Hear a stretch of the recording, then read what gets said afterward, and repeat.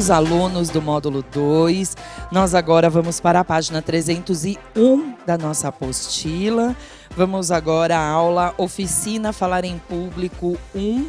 Nossa aula vai estar dividida em duas partes, então nós vamos iniciar agora fazendo algumas reflexões a respeito dessa questão do falar em público, porque essa realmente, às vezes, é uma das questões mais desafiadoras para algumas pessoas, né? Porque existe um desafio de você falar em público, o desafio de você expressar corretamente as suas ideias, o desafio de você falar corretamente o idioma. Se você tiver em outro idioma, então, talvez até fique mais trabalhoso, né? Isso já acontece na escola, né? Desde que a gente estuda, acontece quando nós temos que expor ideias no nosso ambiente de trabalho, acontece no ambiente religioso também, acontece dentro de casa, numa conversa também, de certa forma, é uma exposição. E fazendo uma pequena reflexão, por que será que tantas pessoas têm essa dificuldade de falar em público? Uma reflexão talvez até simples de a gente traçar algumas conclusões. Será que eu domino o assunto? Essa é uma primeira pergunta que nós podemos fazer. Se eu tenho um domínio do assunto, por que será, então, que eu tenho certo desconforto para falar com as pessoas ou para expor as ideias, para expor os argumentos? Essa é uma reflexão interessante. Será que se eu for chamado assim, agora, nesse momento, para fazer uma exposição pública no meu ambiente escolar, no meu ambiente profissional, eu vou dizer sim, porque eu tenho tranquilidade de falar em público, mesmo que não tenha sido avisado com antecedência? Será que eu sempre estou preparado para me expor?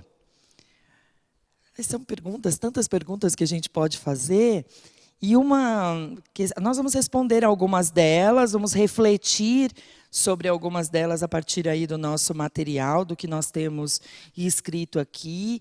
Vamos sugerir a leitura de um capítulo do livro dos jovens, escrito pelo nosso sagrado mestre Masaharu Taniguchi, e já indico, capítulo 3, Exercitem o Poder da Palavra.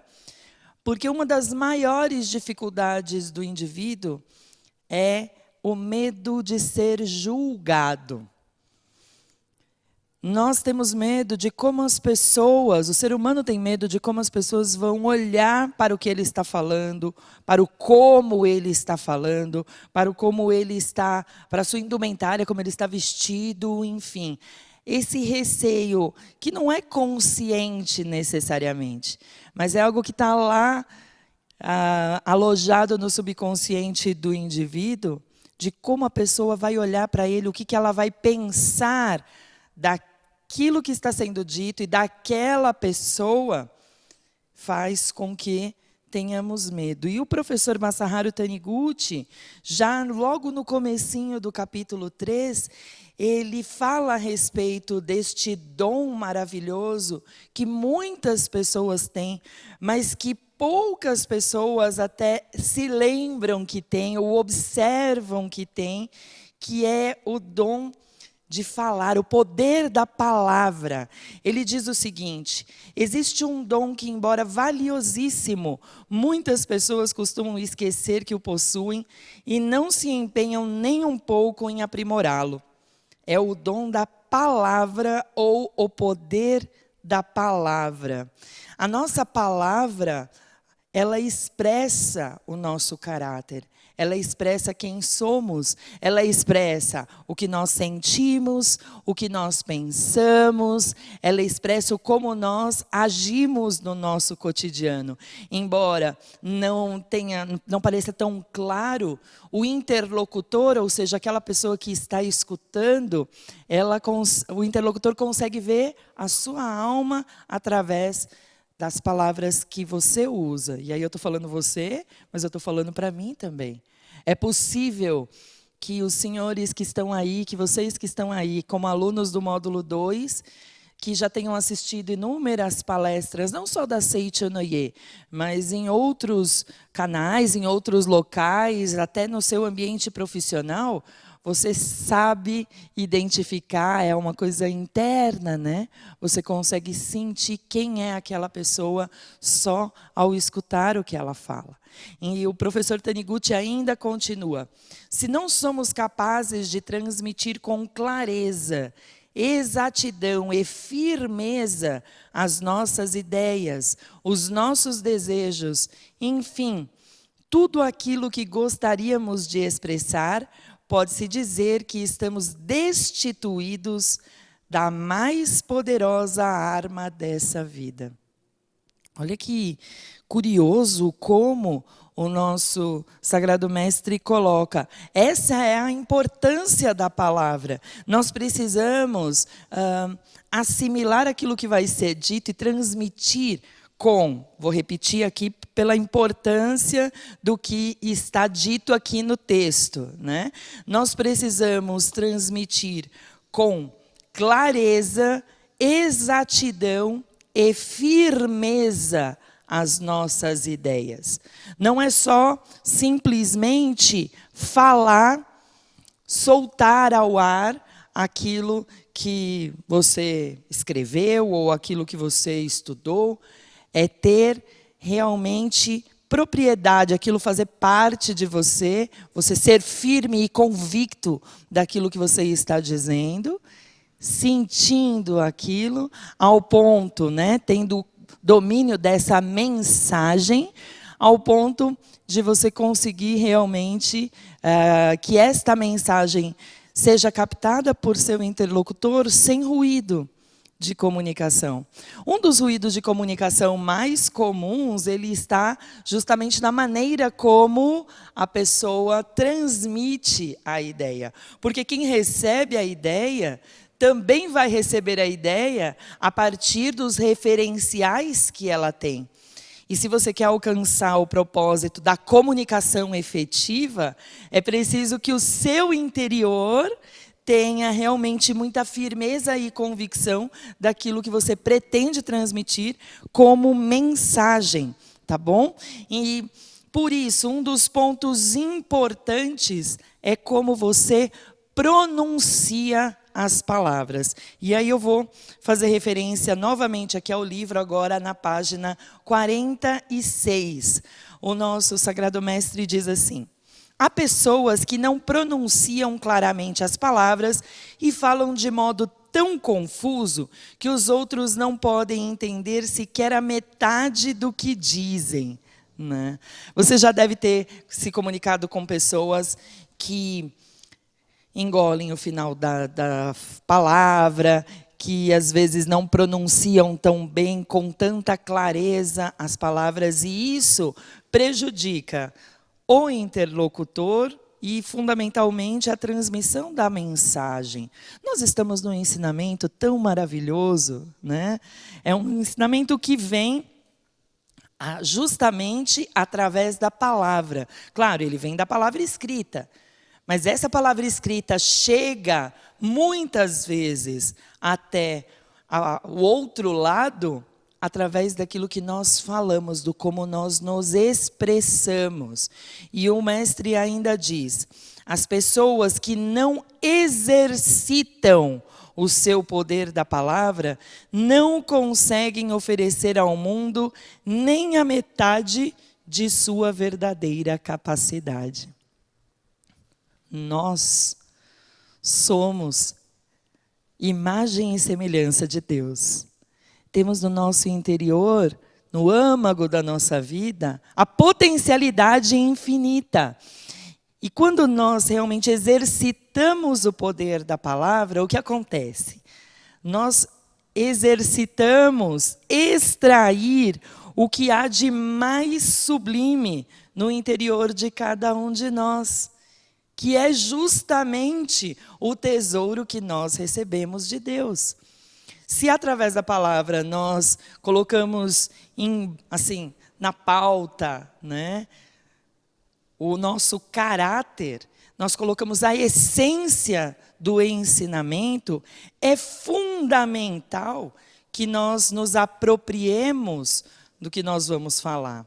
E nós estamos falando, nesse caso, de comunicação, de como nós nos comunicamos com as pessoas. Vamos lembrar que a comunicação, ela não é só a verbal. E aí eu vou pedir uma gentileza a você, para você acompanhar aí na página 302 da sua apostila, neste primeiro tópico. A comunicação não é só a verbal, que é a comunicação em que a mensagem é constituída pela palavra falada e pela palavra escrita. A mensagem, ela pode ser também não verbal. O seu olhar comunica, a sua expressão facial comunica, os seus gestos comunicam também. Todo o seu corpo fala, o tom da sua voz comunica. Então é importante que, se nós nos apropriarmos e nós percebermos que a nossa comunicação é uma associação entre aquilo que será dito através das palavras, porque já foi dito através das palavras escritas, e será transmitido por nós através da palavra verbal, eu não posso só emitir as palavras, eu preciso associar a estas palavras através do meu olhar, dos gestos, do tom de voz, tudo que está dito no papel. Quando vocês leem, será que vocês conversam com o autor? Vocês ouvem o que o autor está falando para você? De certa forma, vocês dialogam com o texto? Eu me lembro que uma vez lendo um texto do Sagrado Mestre Masaharu Taniguchi, vou até mencionar que texto é. Eu estava lendo A Verdade da Vida, volume 29, que é o livro que fala sobre a mulher, né? Eu estava no capítulo 10 desse livro. E fazendo a leitura do livro, e eu estava num momento em que eu estava estudando, efetivamente, para mim, era um momento da minha vida importante estudar a postura da mulher, quem é a mulher, quem é o ser humano, né? E aí, no começo desse livro, em que ele está trabalhando com sair de uma questão teórica e passar para a questão mais da prática, do humanitarismo teórico ao humanitarismo prático, né?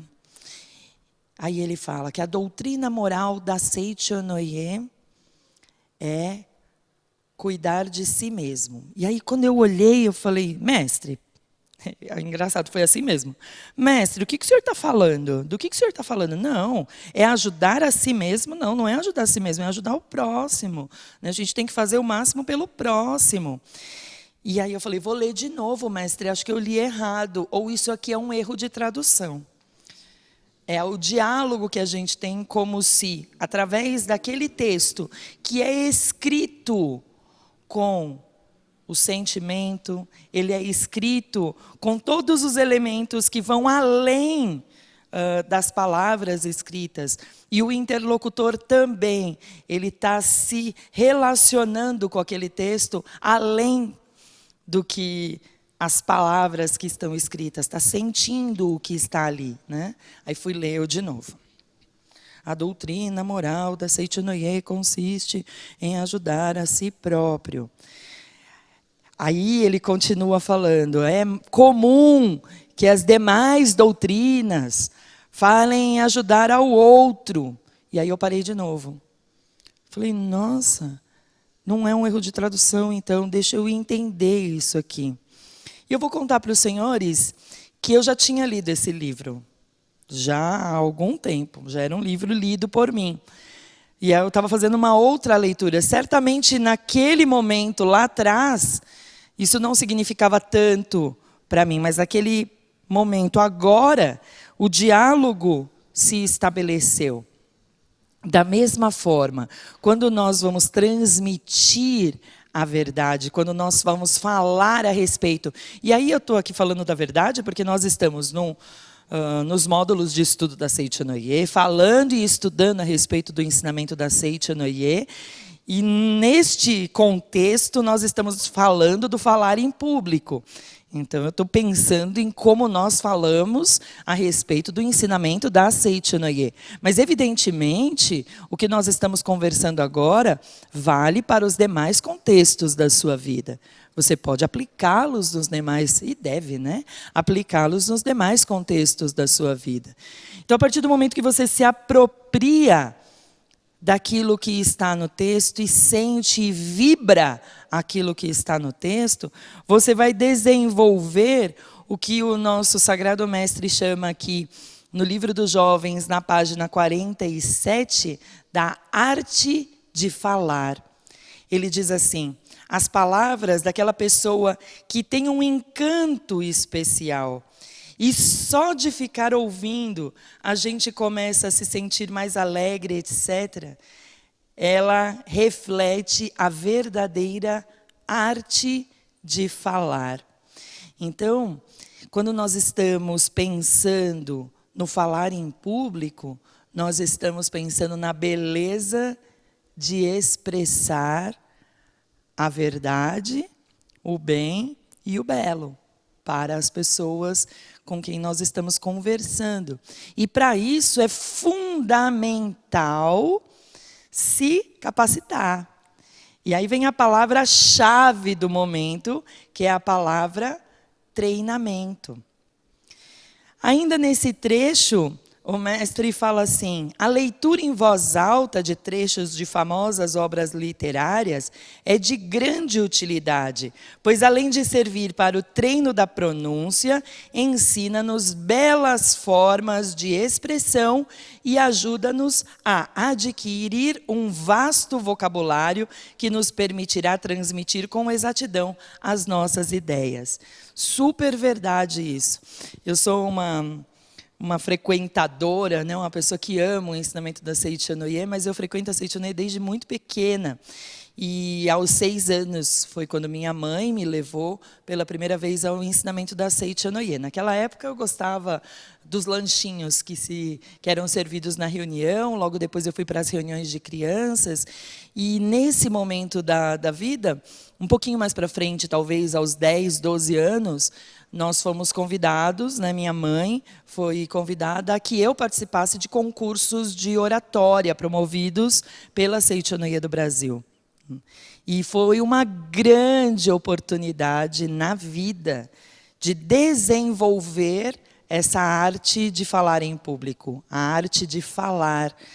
E eu me lembro bem que, ao ouvir as orações, eu era uma leitora de livros de histórias da Seichonoye. Eu gostava de ouvir as histórias que minha mãe lia para eu dormir, né, dos livros da Seichonoye. E, ouvindo as orações, eu absorvia determinado vocabulário, ia pesquisar algumas palavras. A primeira palavra que eu me lembro, que foi muito forte de eu ter pesquisado, era a palavra auspicioso. É uma palavra que consta numa oração de uma das práticas da Seichonoye, que fala a respeito dos auspiciosos acontecimentos. E eu me lembro bem que na escola, o reconhecer um vocabulário mais refinado, um vocabulário que ia além, inclusive, do meu grupo escolar, fazia diferença. Fazia com que minha professora de português olhasse e falasse: nossa, vamos escrever mais, e me incentivasse tanto na leitura quanto na escrita. O que certamente, junto com o incentivo da minha mãe, do meu pai, me levou à carreira de letras, né? Me tornei professora anos depois. E eu tenho certeza que isso faz parte de você estar envolvido, no meu caso específico, com o ensinamento da Seichonoye, com ouvir boas palavras, com ler boas palavras, treinar para falar em público. Essa é uma questão muito importante.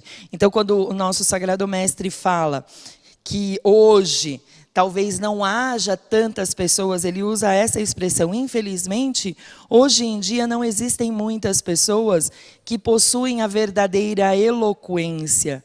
Isso porque a maioria não se preocupa em fazer treinos de oratória e em aperfeiçoar a arte de falar. E ele diz mais, é de se lamentar a pobreza do vocabulário de muitas pessoas. Muitas vezes a gente acaba emprestando um vocabulário que aparece nos meios de comunicação e fazendo com que esse vocabulário faça parte do nosso vocabulário. Não há nenhum problema em nós aprendermos novas palavras através dos meios de comunicação. A questão é com que riqueza nós vamos transmitir aquilo que pretendemos transmitir, ou seja, a mensagem. E se ela vier carregada de um vocabulário que não eleva o discurso, nós correremos o risco de promover o ruído na comunicação. Então é importantíssimo que nós tenhamos aí, para nós, nesse momento aí que estamos estudando juntos sobre falar em público. Primeiro, eu reconheço que nessa comunicação, esse medo de ser julgado pelo outro, ele vem de um conceito que eu tenho, que eu estou separado e que ele está ali para me prejudicar, provavelmente. Deus não nos criou desta forma, nós somos imagem e semelhança do Pai. Meu irmão, que embora viva a sua vida de forma individual, tenha o seu contexto sociopolítico, econômico, está ali com a sua família, mas ele ali na essência, ele é a extensão da minha própria vida. Então não preciso ter medo. Eu preciso, sim, me sentir responsável por transmitir com eficiência, com amor, com alegria, com seriedade, a mensagem pretendida. Então, esse conceito e esse medo do julgamento, ele vai sendo solucionado à medida que nós, que somos praticantes da Seicho no Ie, realizamos todos os dias, sem falta, a meditação Shinsokan. Parece uma coisa que não tem nada a ver. O que tem a ver a meditação Shinsokan com o falar em público? Porque o fulano de tal, que é um profissional da área, não faz a meditação. Mas veja só, vamos parar para pensar que nós somos praticantes do ensinamento da Seicho no Ie. Que sentido há em nós não praticarmos a meditação Shinsokan? Ela é uma prática religiosa importante, a primeira prática religiosa importante da Seicho no Ie. E ela nos conecta com a grande vida. Deixamos o mundo dos 5 sentidos, entramos no mundo da imagem verdadeira e ali, mergulhados num oceano de infinita sabedoria, amor e todos os atributos que os senhores já conhecem, nós renovamos a nossa convicção na nossa essência. E quando vamos executar as nossas tarefas do dia a dia, sabemos que Deus nos utiliza como instrumentos. E para que nós sejamos bons instrumentos, vem o segundo ponto importante: treino. Treino. Apropriação do conteúdo. Treinar, apropriar-se do conteúdo e levar com bastante tranquilidade. Já que a gente está falando tanto de treino, nós vamos encerrar essa aula com esse pequeno trecho que o nosso Sagrado Mestre coloca aqui na sua apostila. E está na página 302, falando a respeito do treinamento. Ele fala, antes da primeira experiência, qualquer pessoa sente receio e treme. Como ela nunca havia testado realmente sua capacidade como oradora, é natural que não consiga evitar o pânico pensando: acho que não vou conseguir falar em público.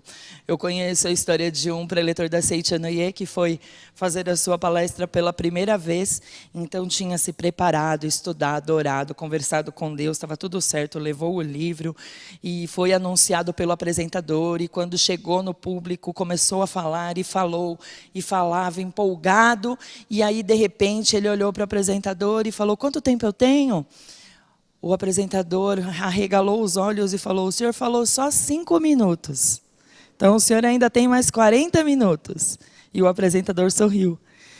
E o preletor naquele momento teve aquela palpitação, né, para pensar: e agora vou falar o quê? o mestre diz assim: daí a necessidade de estarmos suficientemente treinados para enfrentar a dura prova. É enfrentar não o outro, né, mas enfrentar a gente mesmo. Conversando recentemente com a minha filha do meio, a minha filha do meio também é líder da iluminação da Seichonoye, e ela foi fazer a primeira palestra dela. E nessa ocasião ela ligou para a associação local, perguntou quanto tempo de palestra. 35 minutos. Ai, que bacana. Então tá bom, mandaram para ela uma programação, ela estava super preparada para fazer essa palestra. Então ela chegou na associação, foi acompanhada pelo noivo, que foi prestigiar a primeira palestra, uma associação bem ajeitadinha, pequena, um público pequeno naquela noite, e ela foi e começou a fazer a palestra depois da abertura da reunião. E controlando o tempo, já uma pessoa que acostumada a falar em público, por conta até dos treinamentos e concursos de oratória da Seichonoye e tudo mais, da escola. E quando deu 35 minutos, deu mais ou menos 30, ela foi confirmar com a apresentação. Tenho mais 5 minutos, né? E a apresentadora falou: não, a senhora tem mais 55 minutos. E aí ela levou um susto, e ela, claro que isso fica na nossa expressão. E aí ela me falava: mãe, foi desesperador, porque assim, eu já tinha feito tudo o que eu tinha que fazer ali do conteúdo, do que eu tinha estudado, e como é que ia ficar. E aí naquele momento, 55, que ótimo então. Então, quem vai falar não sou eu, quem vai falar é Deus, está tudo estudado. A gente não vai preparado para falar em público com um pequeno recorte, Nós precisamos desdobrar o nosso estudo para lá, para cá, para a direita, para a esquerda, para cima, para baixo. Entendem? E aí ela começou a pensar: puxa, mas eu também li um pouquinho mais do livro, vamos compartilhar aqui com os amigos. E foi assim que ela desenvolveu os outros 55 minutos. E o pessoal: nossa, que maravilhoso. O pessoal sempre fica feliz quando a gente faz as coisas com amor, né? É por isso que neste momento nós estamos promovendo esta reflexão. Tudo bem, enfrente o seu primeiro momento. Mas lembre-se que sempre vai ser melhor a cada vez que nós estivermos mais preparados. Como diz aqui o material: treinar, treinar e treinar. Tá bom assim? Nós vamos encerrar essa primeira parte desse estudo sobre falar em público. E no próximo estudo sobre falar em público, a gente vai falar sobre o treino novamente e vai dar algumas dicas de treinamento sobre falar em público. Ótimos estudos a todos vocês.